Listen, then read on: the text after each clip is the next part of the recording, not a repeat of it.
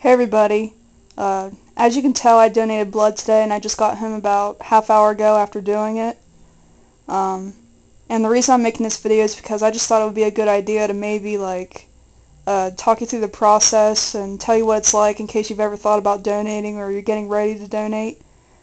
But anyways, what you do first is you find a blood drive and you make an appointment, and it is very smart to make an appointment. Because, I mean, if you don't make an appointment and you just randomly show up at a blood drive, then chances are they're probably going to run out of supplies. But, yeah, anyway, what you do is first you just sign in, and then you sit down there and you wait, and then they'll call you back and they'll do like a evaluation. Like, they'll ask you about your current health, like they'll ask you how much you weigh, and they'll ask you a few other questions like that, and then they'll do some tests on you. They'll take your pulse, and they'll take your blood pressure, and they take your iron, or they test your iron, I mean. And my iron, I think, was 14.8, which he said that was really good. And my pulse was 86, and my blood pressure was a bit high. I was actually kind of shocked by that, but I still passed anyway. Sorry, I'm a little bit dizzy. Anyway, then after you pass all that, they'll have you go on this computer and answer some questions on the computer.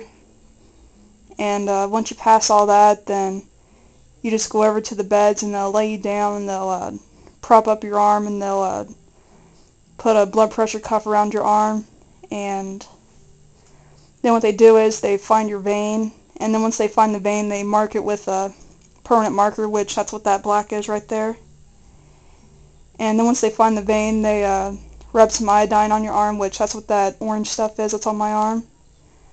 And then after they do that, they take some, I don't know what it is, but they take this other kind of, I don't know what it is, but they rub it like right on your vein that they're going to stick the needle in. And then once they do all that, they find the vein again and they stick the needle in. And they also give you this squishy ball that you have to squeeze to help the blood flow. And you basically just lay there and you wait until the bag is full. And then about every 10 seconds or so you have to squeeze the ball to help the blood flow, I guess.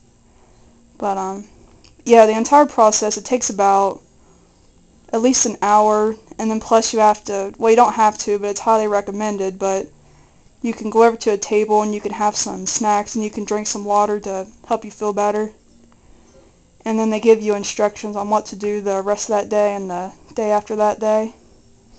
But yeah, that's pretty much the entire procedure. This was my third donation, and hopefully when school starts back up, they always have blood drives at my school, and hopefully when school starts back up and they have the blood drive, it'll be enough time from now until then and I'll be able to donate.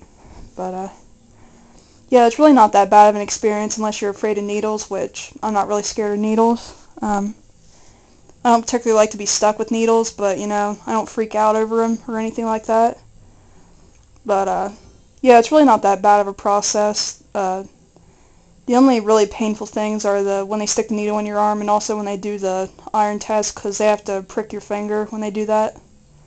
But other than that, it's actually pretty painless. But yeah, that's pretty much about it about giving blood. And I just thought I would do this quick little video in case anybody was wondering how it goes, and I hope this has helped some people who have been wanting to donate. But yeah, that's about all I have to say, and I'll see you later.